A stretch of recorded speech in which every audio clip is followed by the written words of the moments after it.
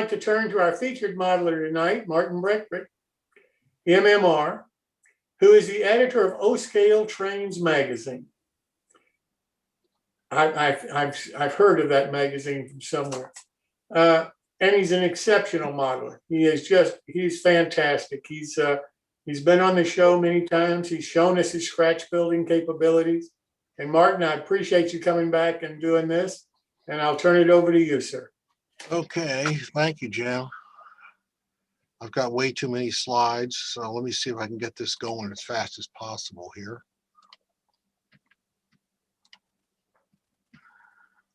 Who's that? Come on, there you go. Is that working? Yes, sir. Perfect. Okay, who I am. I'm a lot of different people. I wear a lot of hats, and this isn't even all of them. I've got a bunch of things with the NMRA. As Jim said, I'm the editor of the magazine. I'm also the editor of this little publication, which is brightening my day since I just got 80 pages of galley proofs a few hours ago for the next issue to review, which is a good recipe for some serious eye strain. And yeah, I'm retired. Most people tell me I'm doing it all wrong. Namely my son. That was the first thing that came out of his mouth. Retirement, you're doing it wrong, Dad. You're not supposed to be doing all these things. I told him, if you don't do things, you don't survive for very long. Okay, modeling interests. Cumberland Valley Railroad, a little bit off the beaten path. I'm a little further back in time than most people. This is pre-1920. And I only model the one little tiny branch, and I very freely adapt to whatever I feel like when I say I model the South Mountain branch. I also have an interest in the Chambersburg, Greencastle, and Waynesboro Railway. That's a traction line, also known as the come, go, and wait. Had kind of a limited life. And other interests, pickles and vinegar. I don't know why, but I always have had an interest in that part of model railroading. And I even have a near complete set of that. There was a special interest group years ago that issued a newsletter called Pickles in Miniature. And if you've got any interest in this area, you should get copies of those.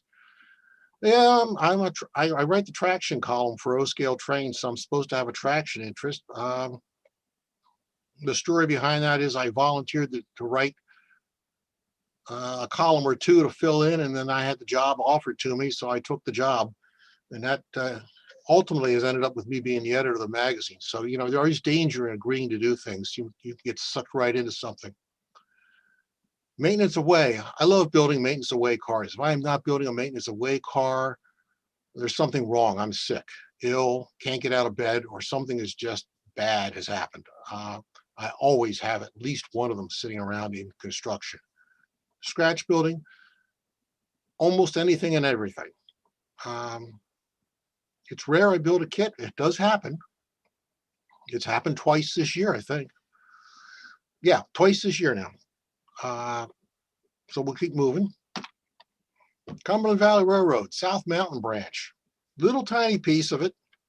South Mountain, the Cumberland Valley ran from Martinsburg, West Virginia to Harrisburg, Pennsylvania, started in 1831. So it's one of the oldest railroads. There's a standard book is from West Haffer, the history of the Cumberland Valley Railroad. And this little stretch I like to model spun off right here south of Chambersburg, Pennsylvania. Whoops, let's go back. Ran over here to Williamson. I always liked to go to Williamson because there was a nice bridge there. And when I was young, my grandfather would take me there to go fishing. Went up in here. It says Penn Central because this is an old map. They got absorbed by Pennsylvania, which became Penn Central, which became. Main line's still there and very busy. You go over here to Laymasters. Laymasters is one of my favorite little towns because that's where the train actually continued to run up until when I was about 12, 15 years old, when they finally took the tracks out and stopped running a train up there. So you can still see the roadbed here. It's very clear. Never, everything after that is all gone. So this route into Mercersburg is gone. Everything up in across Route 30 up to Fort Loudon's all gone. Just about all gone. Not quite all gone. The station in Fort Loudon is still there, and it's the town library. It's beautiful. They've really done a beautiful job at preserving it. The station in Mercersburg is a pizza restaurant. And up near at the very end, Richmond Furnace had yards, fueling stations, freight and passenger stations, operations, yards. It was a lot more extensive than this map has on it.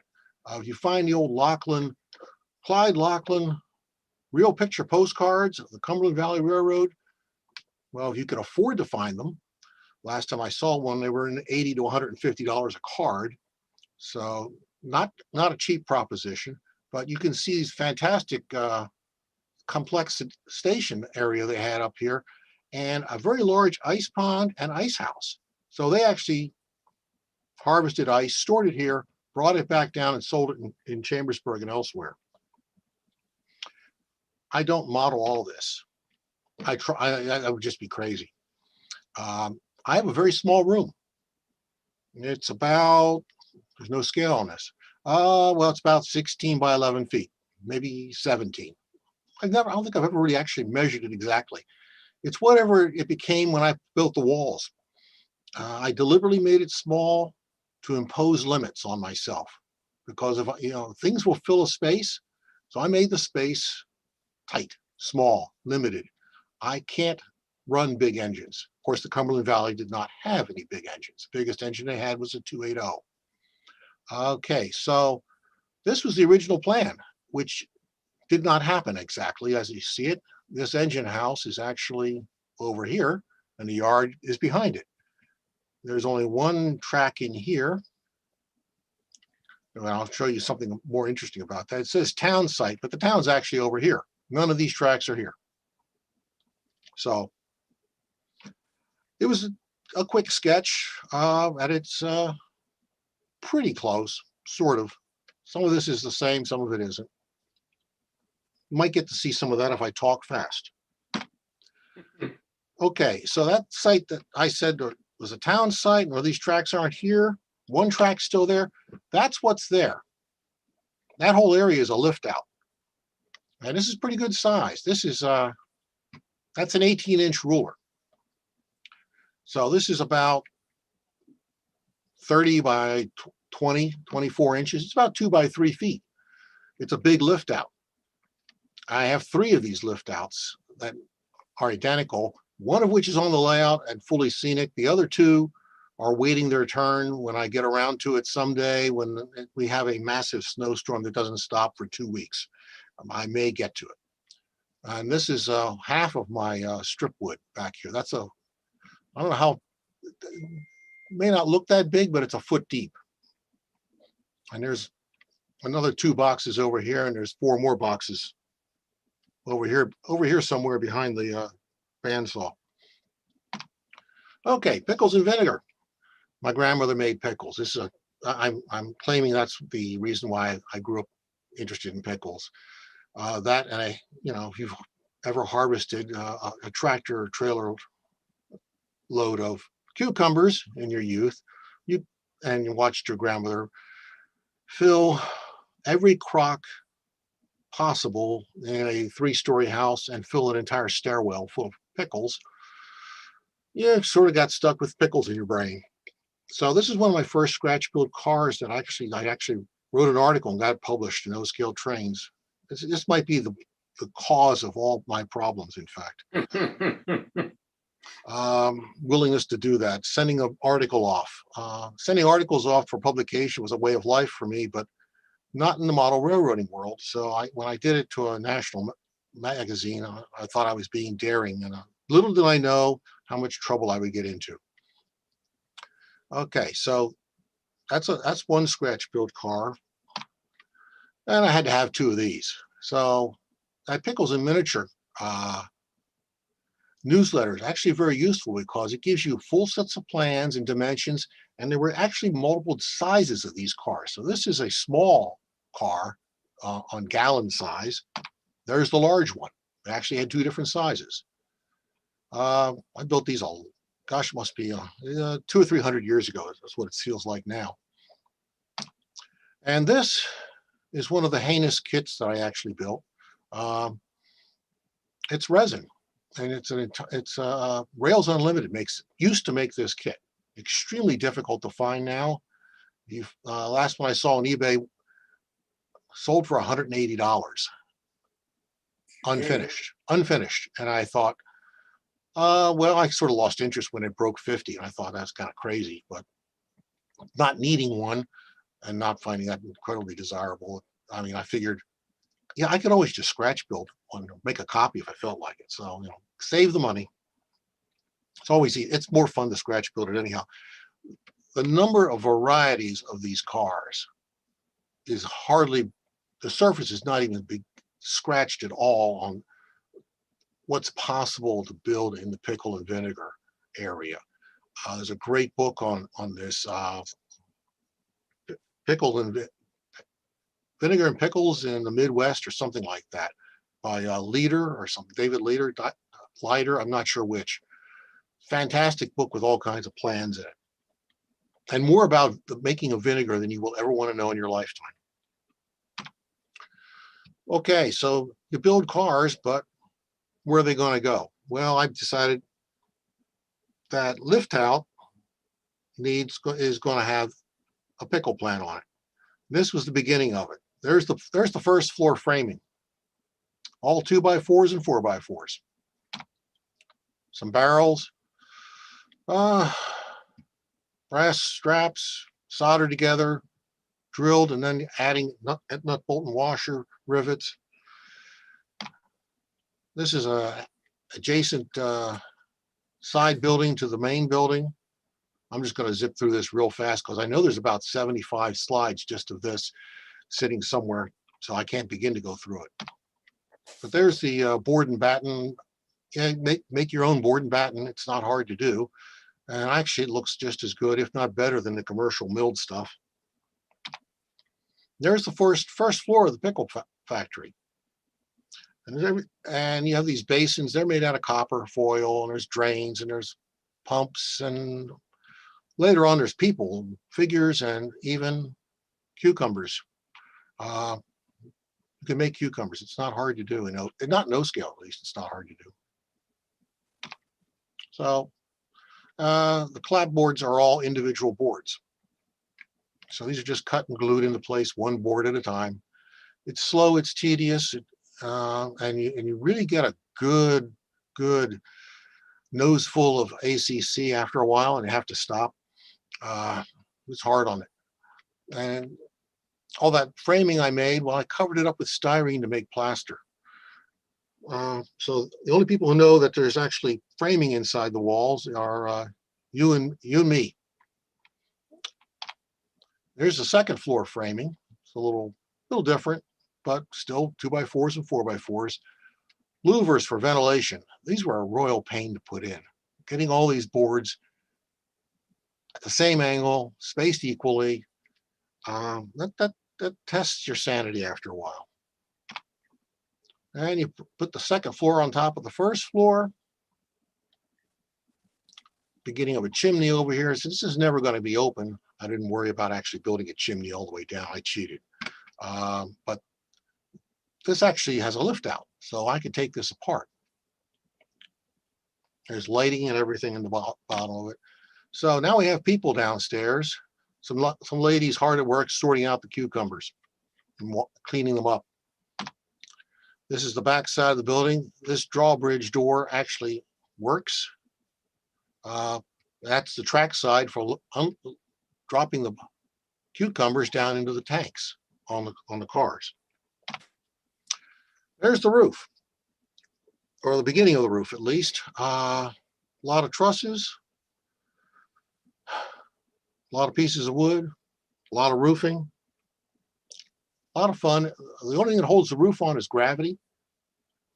There's no magnets. I thought about magnets. It's gravity because here in each corner, that's a piece of lead. So there's about, I don't know, maybe a pound of lead in this roof. And that's what it looks like after it's done. This is the track side view of it. There's the front side. Lawther's Perfect Pickles. My grandmother's last name was Lawthers. So this is a homage to my grandmother's pickle making yearly adventure, which meant we ate pickles for many, many, many months until another year came by and we had another crop of pickles. And you can't see it over here, but there's actually a crow over here. I usually have a crow in every structure somewhere. Sometimes they're obvious, sometimes they're not so obvious. There's where it is on my layout. So that's on the lift out. You can see right here the little curved edge. So this whole thing lifts out. That whole scene comes out. And if I want to change the scene of my layout, I can lift it out and change it anytime I want. Just unplug it. It takes two people because it's way too heavy and awkward for me to do by myself. But somebody has to go underneath the layout, push it up, I catch it, and try not to drop it and then carry it out of the room. Or at least that's the plan if and when I ever do that. Okay, traction and maintenance away at that intersection. So yeah, I do build trolleys. And this is one of the ones I actually used for motive power for my MMR. Sort of derived from the snow plow that was up at Rock Hill Furnace, all scratch built. This is styrene and brass in the front. So I actually do work in other mediums other than wood. It does happen occasionally. This is a line car. This is the car that I threw away 3 times before I figured out what it was. And I was at a convention and I found a picture in a box of stuff the guy was selling, and it had this platform on top of it. And I said, I know what that car is. I put it in the trash. I wonder if I put it out to be picked up yesterday. It was still in my shop on the floor. Pulled it out. This actually is hinged. It goes up and down. It flattens out. So this is actually a platform that's movable. So you can push it up, climb up on it, work on the line, put it back down, off you go.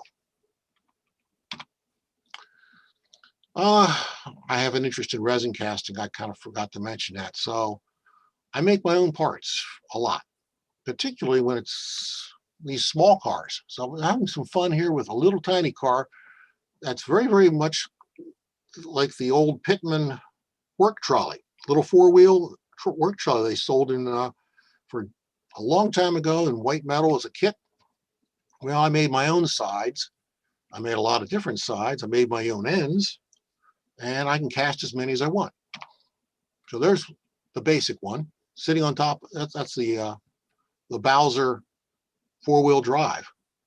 And you take these off, and this drops right in on top of this, and off you go.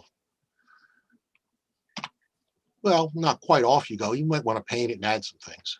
But there's the basic little work trolley. But not wanting to just have a work trolley, I wanted to have a snow sweeper. So this is all starting with the same basic castings, but all the rest of this is my add-ons. So you build some bottle brush holders and some chain drives and some chains to hold the flanger blades, put some tools on it, some more wire and some cable. We've got a little snow sweeper. Well, another basic one. I put a pantograph on this one because I had pantographs laying around. I just thought, let's be different. And here we have, so I thought, well, let's make a reefer door. Let's put a reefer door into the casting. And on my layout, I actually have a building called Doyle's Ice. So this is the reefer car that picks up the ice and delivers the ice. What they don't know, of course, is by this point, you can see how badly worn this car is. Doyle went out of the ice building business, and they're stuck with a reefer to deliver ice they don't have. A hopper motor. Now, these were real. The trolley companies actually did bring coal downtown into cities because there was no way of getting a steam train downtown to the electrical plants. So the trolleys actually took coal in and hauled the ash back out. And this is a kit bash, scratch build, whatever you want to call it. I started with I think a Weaver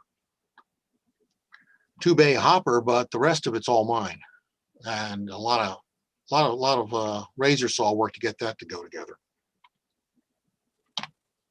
Sprinkler car. Well, you got to keep the weeds down, put some oil out on the road, and you need a car. So we have a nice little steam, gas-powered pump motor, a tank. These are commercial parts here, but the tank is one of mine. And these actually swivel and move around. And the plumbing was a lot of fun to put together, as you might well imagine, getting the valves and union joints all lined up nicely. In addition to crows, I usually have a dog somewhere.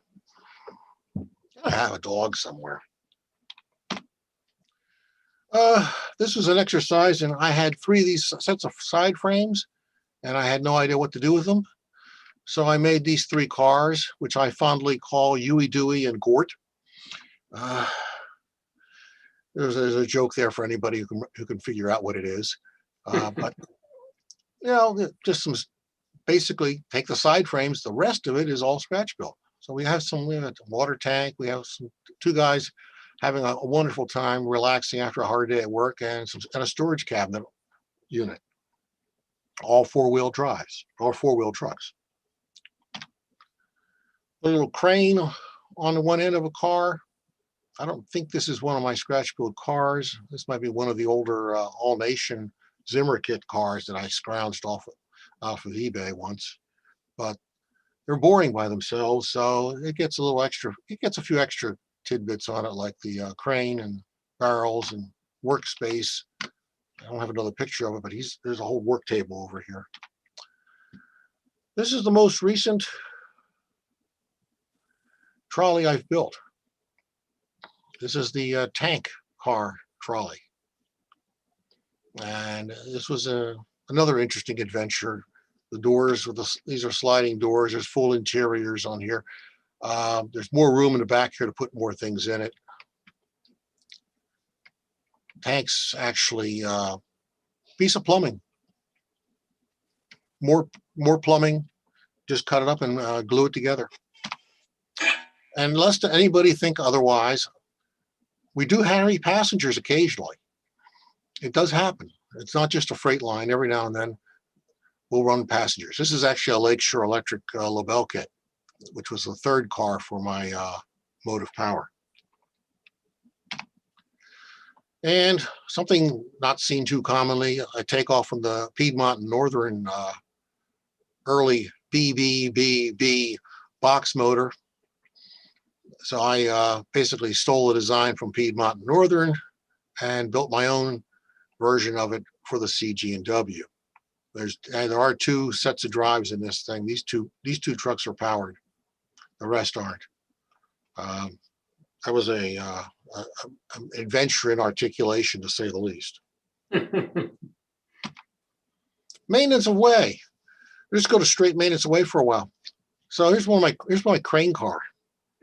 I had a lot of fun. Like I said, I just sorted through 60 boxes of cars on the floor of my office to decide which ones were the keep and which ones were the sell. Well, about a third went into the sell pile, and 15 of the rest were all maintenance of way. So I don't kid when I say I'm always building one. It's sort of compulsive. If I'm not building one, I'm not a happy boy. So you can see lots of castings and extras and odds and ends, and yes, a dog. The tender car, obviously 2 guys having a lovely argument about something while a crow overlooks them and says, it's like, what in the world are these 2 guys going on about now? But this is all scratch built. This is another scratch built car. I love outside braced cars. I just think they look cool. So whenever I can, it's an outside braced car if I can sneak it in somehow. This is a blacksmith car. Just wanted to build it to see if I could do it. This is a scratch built tank. Well, everything's scratch built on it actually. I think there's one commercial thing in here. It might be the hearth. The rest of it's all. This is copper and brass over a wood form that's all soldered up. Yeah, you can see better picture. I actually have one of these. I took an order for one of these for somebody about 1.5 years ago, and it's still sitting on my bench. Thinking I might get to it another 6 months with a little bit of luck. This is why I sort of stopped doing custom work for others, is that it's not fun. And you have to meet deadlines, and you're working for somebody else, and somebody else gets to tell you, well, could you weather that a little differently? Like, right, thank you. Where were you 2 days ago when I was starting to weather it? Okay, so I don't recommend custom building unless you're a glutton for pain, or they pay you an awfully lot of money. Scrap metal car just was fun to build. Got rid of all the scrap out of my shop, out of the workbench. All this extra tubing and sprues and junk and whatever. This little crane over here is just made out of some 125 rail. It actually pivots and there's a chain on it. This thing actually, the wheel actually works. This guy does not work very much. He sits down way too much. Saw sharpening car. I've always toyed with building a logging line just for the fun of it. It is still in the planning stage. Someday I'll get to it, but at least I'll have a place to sharpen the saws. Okay, a side door A-frame gondola. This is derived from an article from Wayne Wesolowski, which was a really fun thing to build. A bit of a challenge, getting the doors made. They don't open on this one, they will on the next one. But getting this A-frame system, I cut his plans down about 8 feet in O scale because I just wanted a shorter car. It was a lot of fun to build, and I think it makes an interesting looking car too. This is a snow spreader car. This is actually a 2-foot car, 2-foot scale car that I scaled up the standard scale because I wanted one. And I wasn't going to get one otherwise. So let's take the 2-foot plans, scale them to standard, and start building. So it's all scratch built. This is all brass. These wings pivot. There's a little blocking piece that drops in with some pins. I rarely put these in because once you drop them, you run around like a mad nut looking for the thing on the floor. They're little tiny pins. It's like Lincoln pin couplers. Looking for the pin is no fun once you've dropped it. But it was another fun car to build. A rectangular water tank car. Why? Because I saw a picture of one and I thought, I bet I can build one of those. It was fun. Tool and water cars. Gosh, I probably built 4 more of these than you're seeing here. And I gave at least 2 of them away. Every now and then, if I don't like the car, or I just said, I build 2 of them, and I'd call somebody up. He said, you want one of these? Nobody says no, but I kind of always wonder, what did they do with it after I gave it to them? This is actually a tie as a rail car too. So there's actually a layer underneath here. It's full of 125 rail. So it's actually way over NMRA spec on rate. Actually, it's 172 rail because I had some steel 172 rail. And it's like, here's a good way to get rid of it. It'll give the car weight. It'll make it look like there's rail inside of it. Perfect. Everything goes away. This is my one and only, as far as I know, prototypical car in maintenance of way. Louisville and Nashville had this car. Didn't say CVNM 41 on it. It said L&N. The plans for this are in craftsman somewhere in the last 50, 60 years. What caught my eye was this funky tank. I said, I got to build that. I got to have, this is, because you got to make all the boards wider at the bottom than they are at the top when you build a truncated cone. This is going to be a fun challenge. And it was. And building each one of these bands is a different size, and you got to make the band the right size so it goes down your truncated cone the right distance and stops. Those are brass. So this is this is actually my one prototypical car for getting my car certificate for my MMR. The other 7 were all freelance. So, every time I hear somebody say, oh, you've got to build prototypical cars, you've got to have a right prototype, you got to build, I was like, no, you don't. I just don't. No, not true. Been there, done that, not true. It's not easy, but it doesn't have to have a prototype. Okay, back to my layout. This is one end of the town of Laymasters, my version of Laymasters. They had a dirt road in the teens. Actually, those roads were dirt a lot longer than the teens. Brechbiel's Better Brooms. This is a scratch-built building. Crow on top. What else? Where else? There actually was such a business. I actually have the rubber stamp that my great-grandfather used in the business. It's sitting over here on the shelf in my office. So, and it actually looks something like this sign in layout and lettering. Various vehicles, structures. These 2 are kits. That's a kit. That's the tower house from Branch Line. There's all kinds of interesting oddball things in this town, though. I don't know how many pictures I have of Laymasters, though. Well, there's that. This is the tower house. This is the Grace L. Ferguson Home for Wayward Girls in Finishing School. And you can see over here one of the wayward girls. There are several of them. About the layout, much to the distress of, or around the house, much to the distress of my wife at one point in time. Of course, the ever watchful crow on the roof. The mortician's shop across the street, which of course is next to the church. So it's a one-stop business. You stop in at see Grace L. Ferguson, go to church, get planted the next day. You're all set. There's Doyle's Ice. He's out of business as an ice guy, selling ice. The whole back of this is actually full of scrap materials. Corn crib full of corn. This is actually a scratch-built corn crib. It's all individual boards. You make corn out of rice. Just put it in a jar with yellow food coloring, shake it up and let it sit for a week or so. Strain it out, you've got corn. It's pretty close to O-scale corn too, actually, if you use the right kind of rice.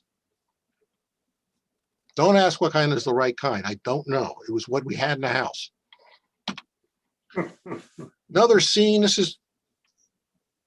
you can see where Doyle's Ice is, the road coming in, 2 guys with wagon loads of cucumbers. This is the milk station. That's a scratch-built station, another crow. There are a lot of crows in this county. Rest assured, I know that personally. I have 35 acres of land at the northern end of Franklin County, up from Richmond Furnace, or we have crows. And we have stones and rocks. And I was telling the Amish across the street the other day that our best crop in this county are stones. He thought that was pretty funny. Amish have a good sense of humor. This was timely. I just added these in, and given Clark's tools segment, my shop has some unusual tools in it. This is a 4-inch or 2-inch or 3-inch or whatever inch you feel like, if you can find the belt sander, upright belt sander that my grandfather made. And I said, I'm keeping this. And it's very cool. I use this quite a lot with models. It's very, very handy. The only thing I've ever done to it is I put a new cord in right here. This is a little Meccano, whatever brand, variable drill press, variable speed drill press. You dial in the speed you want up here. I have two of these actually. I never used the second one. It's on the floor over here in this corner. This will chuck down to a number 80 and up to a 1/4 inch. I use this thing almost every day. So it was being thrown out when my father-in-law left Leeds and Northrop.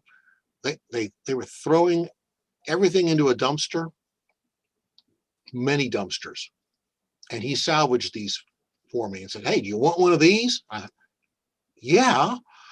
Well, I'm not that stupid. I mean, I'll take one of those. He had a second one. I said, well, I'll take that one too. Who knows? And here's a lamp, just sort of like what Clark was showing there earlier. It comes around and totally flexible. That's actually out of a patient space at the hospital that my father used to be the president of. So I have different tools back here on the wall that you're not going to find used for building models too often. Not too many people work with wheelwright's tools to make wagon wheels full scale. I actually do know how to use all those tools. My grandfather taught me. That was a painful couple of summers. Served me well nonetheless. And of course, we have the emergency backup drill press. Clark can come by and crank this, turn the crank on it while I drill stuff if he wants. This will keep you busy. It's in perfect working order. I got this at my great uncle's estate of sale. I was out in the yard. The auctioneer was selling this, and I figured, oh, the Amish are going to buy this. They didn't want to have anything to do with it. And $12 later, it was my problem. And I took it completely apart, put it back together, just wiped it down with oil, and that's where you see it right now. It works perfectly fine. Hey, I'm done. And I'll probably have another Minutes Away card build next week for you, Jim. Fantastic. I look forward to it. So we'll stop there. I don't know if I got questions or not.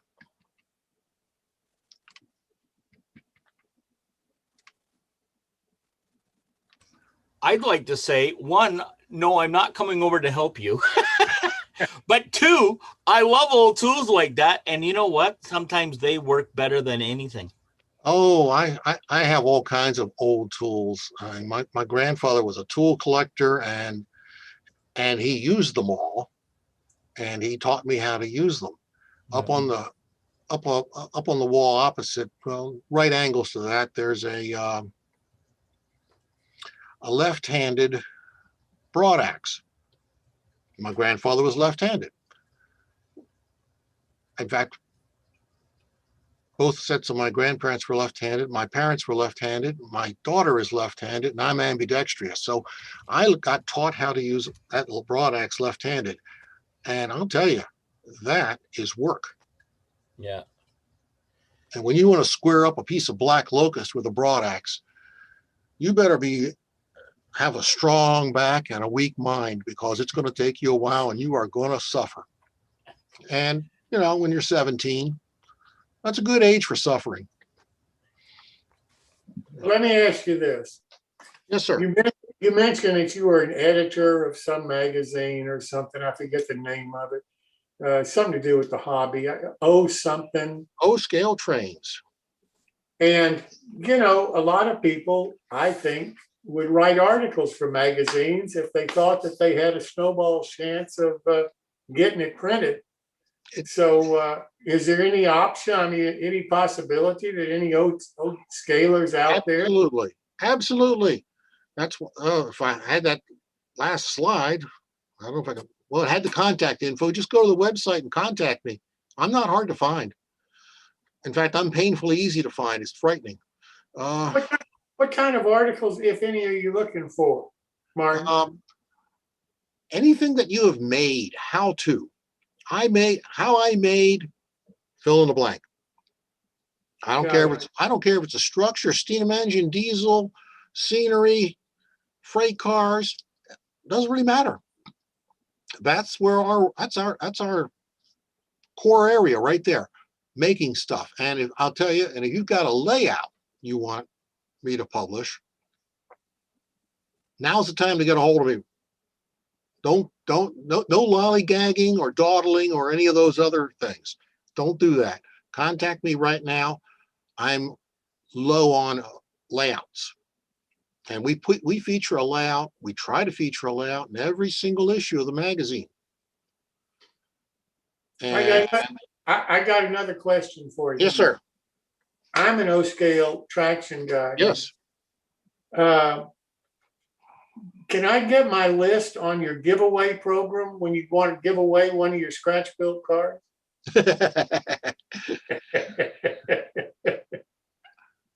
Probably.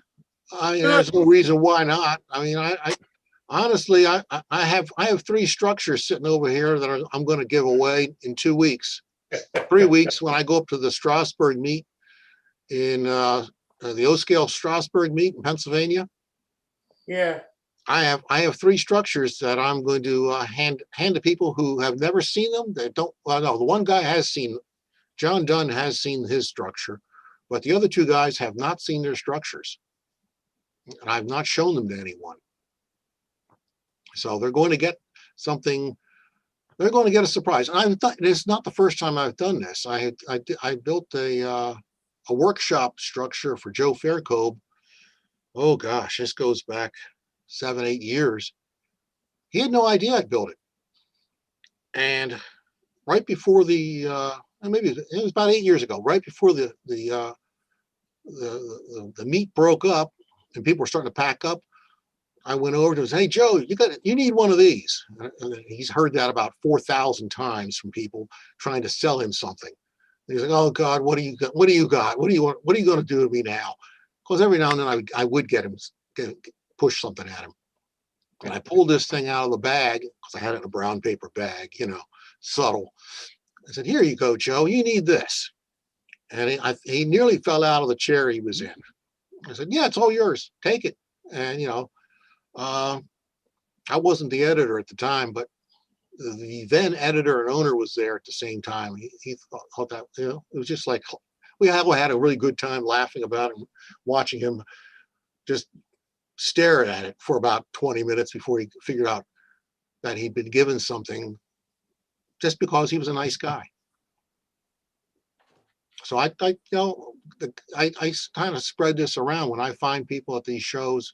People, you never know. I might just drop a structure that has signage on it that has your name on it right in your lap. It happens. Let me ask you this: you heard of a company called the Leadville Shops? Yeah, I've heard of them.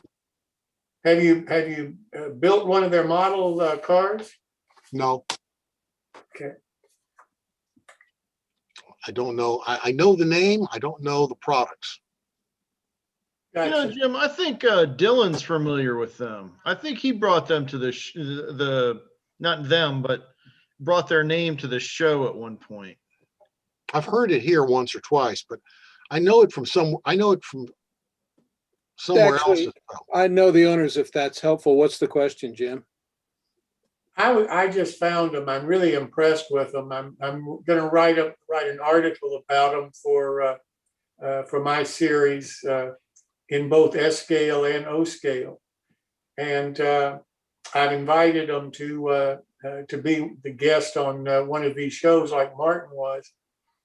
I'm really impressed with the detail that I think I see on their products and the research that they have done to develop the plans and to develop the cars that they have. To me, that's really, it was really just outstanding and something far and above what I would normally think about from a car kit manufacturer. And I'm thinking about asking them if I can find an O scaler or an S scaler that wants to build one of their cars. I'm going to try to ask them if they would be interested in doing one of the build along sessions. Okay. because I really think that I think they're unique as a car manufacturer. I was really impressed with what I think I understand about them, and what I talked to a couple of people after I found them, and they were very responsive to me when I said, would you be interested in this and this and so forth. So I'm encouraged by that. But then I started thinking, because I'm trying to start filling in the Build Along series now for the fall of this year, because I'm not going to do them after July and or June, July, that kind of thing in the summertime. So I thought, well, I'll start again maybe late August, September, something like that. And I've got Bill Davis and Rail Scale Models doing one for me in September. And I thought, well, let me see about Leadville. And that's why that was my question. If I can find a modeler to link with them that wants to build one of their cars, either an S scale or an O scale modeler. Right. Well, the them in them is the gentleman's name is Bill Meredith. He is a denizen of our friends to the north there in Canada. He is a meticulous researcher and modeler. He himself is an SN3 modeler, but he provides his kits in all three of those scales. Yeah. And so if you contact Bill, he's got friends. He knows somebody who would build along. And I can highly recommend his products. They are absolutely outstanding. They're very thoughtful in how they're designed, and they build into very, very accurate models. That's the kind of sense that I got from it. And I was amazed at the level of research that apparently he goes into to produce the plans and produce the models that he puts out. I was really impressed with that when I read it. And that's why I brought it up tonight, to find out if other people had experience building the models and that kind of thing. But I corresponded with Bill. I didn't know his last name, but he did respond to me when I sent him an email. So I will ask him about finding somebody. Thank you. Yeah, and I see my buddy Mark Lewis posted, and this is correct. Leadville Shops and Leadville Designs are not the same. Leadville Shops as a business doesn't really exist anymore. Leadville Shops ceased to exist when the guys that bought San Juan Details bought San Juan and Grant Line. And they kind of split the sheets there, and Bill has Leadville Designs, and the other guys are off doing the San Juan and the old Grant Line stuff. Chris, was one of those other guys Doug Junda? Yes, yeah. Doug is the primary now with San Juan. That's correct. Okay, that's what I thought. Cool. And Bill did respond to me with Leadville Designs. I keep thinking Leadville Shops because that's how I found them. Right, and that's not wrong, but it's just not. They've evolved. Just like San Juan is no longer San Juan Models. They're San Juan Details, and Yeah. That looks like a fun kit to build. Which one? Their stuff is fun. Looking at the Leadville Designs bunk. No, it's a maintenance away car. They got a maintenance away bunk car. Oh yeah. I was impressed when I went to their website. I mean, what else would I build? God. He's got. Jim, I think you found your modeler. I don't know. Well, that's why I kind of brought it up. I'm looking for an O scaler or an S scaler. I'm only stacked up with 10 or 15 kits to build for review, but what's another one? That's why I'm not volunteering. My progress is flipping slow anymore. Well, as I used to tell my postdoctoral students, sleep is overrated. Yeah. Well, Martin, I'll tell you what. Let me contact Bill and propose this to him, and see what his interest is. And if I can, I'll try to schedule it to start in September. Would that work for you? Oh, I'll be fine by September. Okay, that's great. I'll have a different 15 kits stacked up in front of me by September. I got you. I'm just, Oh yeah, well, just let him know that I'm the editor of O Scale Trains, though, and I may or may not actually write an article about doing it too. Well, He may get hit from 14 angles at the same time. My golly, I've already talked to him about doing the article, putting it in my series for this other magazine that I write. There you go. For. And so, if you put him in yours, I got no problem with that, because you're going to be writing about stuff about him that I'm not going to be We writing won't about. overlap.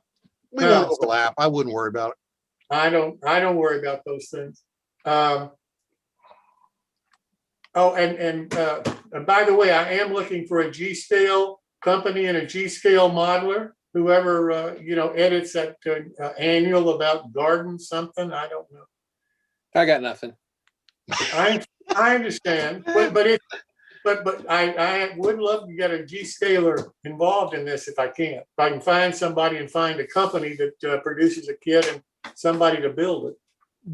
We've got people. The response from the manufacturers has been very good to the new publication, which will be out. It's in the warehouse and it's shipping this week. So people who have pre-ordered it should start to see it here in the next week or so, week to 10 days.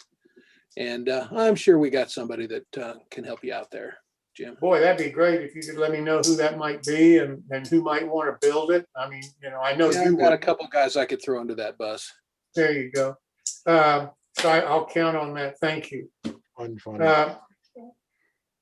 That's all I got, for tonight. Anybody else have any questions for Martin?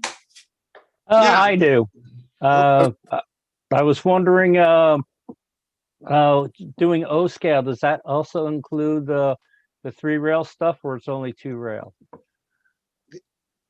Historically, I started off in 3-rail when I was about half as tall as I am now. I still have that stuff, but most of my 3-rail stuff is pre-World War II stuff, because that was what my parents liked. And that's what I got instilled with. And my lower level of my layout actually is 3-rail. It's all hand laid, code 148, 3-rail. On ties that I cut myself. So most of my ties were cut through the bandsaw. I got a 12-inch bandsaw around the corner. Well, actually, I was talking about articles in your magazine.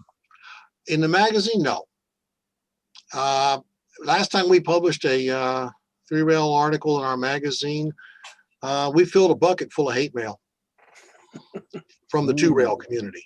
So we step real carefully on that line. We step up to it, but not over it. Now, So Ed is the person that writes. Ed, for the person that writes for both S scale and O scale from a different perspective. Yeah, I'll take a Lionel layout. Absolutely. I'm not interested in the layout. I'm interested in the building. Yeah. I'm interested in the modeling aspect of it. It doesn't make any difference to me if it has 3 rails or 2 rails, or the height of the rails for S scale or whatever. But I'm not interested in whether it's American Flyer. I'm not interested whether it's Lionel. But if they build buildings, if they produce scenery, if they're producing modeling for whether it's 3-rail or 2-rail, I'm all over it. I love those kind of models because, frankly, I started my MMR on my Lionel layout. And I had built structures. I got my structures from my buildings I had built for my Lionel layout. I got electrical from my Lionel layout, basically. I got most of civil for my Lionel layout, basically. So, it can be done. It's just a question of, it's the building aspect. It's the model building that I think is more important. And for example, the O scale house that Chris had built by Greg, that would fit on whether it's 3-rail or 2-rail, as far as I'm concerned, depending on what the modeler wants to do. And the key to me is he a model builder and not just buying stuff off the shelf and putting it on a piece of plywood. Jim, I do the same thing for the magazine. It's structures, scenery. I just have to get a little creative about what photos get shown sometimes. But the quality of the modeling is, if it's high enough, it's going in. Yep. You know, and I have a couple of three railers who write for me regularly, and they understand and they work with it, and they do beautiful scenery work. They do beautiful structures. Yep. I got a five or six part series coming up. Not this issue, but maybe the next issue or two out. It's a fantastic example of incredible construction of a bridge in Pennsylvania, West Virginia, Ohio area. I don't remember exactly where, but the bridge is like 3-4 feet. It's bigger than that. It's about 4 feet. It's pretty much dominates that entire side of his layout. But that's the critical part of his area. He needs to show that bridge. No, it's a big effort. Of course, there's the other guy. I got an article coming eventually. He's got a 1/4 inch scale version of the Wisconsin in his barn, Yep. which is about 18.5 feet long. But he hasn't taken it out and shot the ducks with it yet. But I'm waiting to see what kind of layout he builds around it. It could get very interesting. And Ed, I'll tell you